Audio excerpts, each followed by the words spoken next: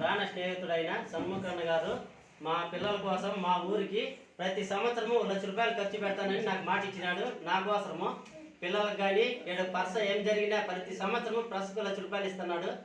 మళ్ళా సారు పిల్లలకి ఏం కావాల్సిందే తీసిస్తా ప్రతి సంవత్సరము.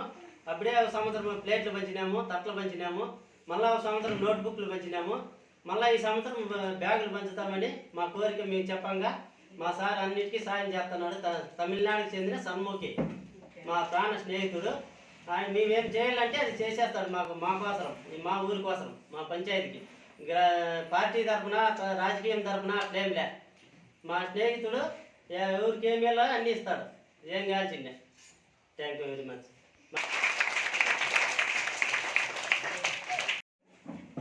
ఉపాధ్యాయునికి మరియు ఈ కార్యక్రమానికి వచ్చినటువంటి పాత్రికేయులకు మరియు లక్ష్మీపతి అన్న గారికి, సదాశివ అన్న గారికి ధన్యవాదాలు.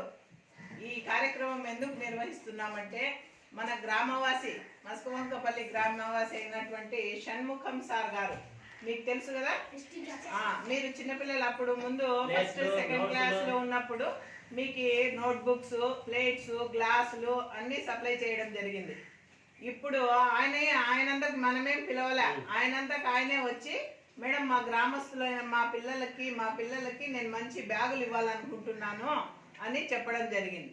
దానికి లక్ష్మీపతి అన్న గారు మేము మంచి క్వాలిటీ బ్యాగులు తీసుకొని వచ్చి మా పిల్లలకి మేము ఇస్తాము అని ఆయన ఆర్థిక సహకారం అందించడంతో ఆయన స్నేహితుడైనటువంటి సదాశివ అన్న గారు మరియు లక్ష్మీపతి అన్న గారు ఇద్దరు కలిసి వాళ్ళు మీకోసమని అదే పనిగా మంచి బ్యాగులు తీసుకురావడం జరిగింది. ఈ బ్యాగులు తీసుకోవడం యొక్క ముఖ్య ఉద్దేశం ఏమంటే మీరు గ్రామస్తులు బాగా చదువుకోవాలా, గ్రామంలో ఉండే పిల్లలు బాగా చదువుకొని మంచి వృద్ధిలోకి రావాలా అనేటువంటి గొప్ప ఆశయంతో ఆయన ఇస్తున్నటువంటి విరాళం ఇది.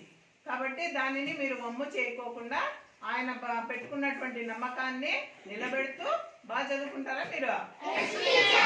ఇదే విధంగా ఈ బ్యాగులే కాదు, మనకి ఇంకా ఏం అవసరమైనా కూడా మనము సరస్వతి గుడి కట్టినాం కదా, ఆ సరస్వతి గుడి కట్టినప్పుడు కూడా ఒక్క మాట అన్న మేము ఇట్లా గుడి కట్టాలని ఒక ఆలోచన. అట్లా చిన్న పిల్లలు ముందర ఉండండి, పెద్ద పిల్లలు అనుకున్నాండి. ముందు చిన్న పిల్లలు చిన్న పిల్లలు ముందు నిలబెడతాం.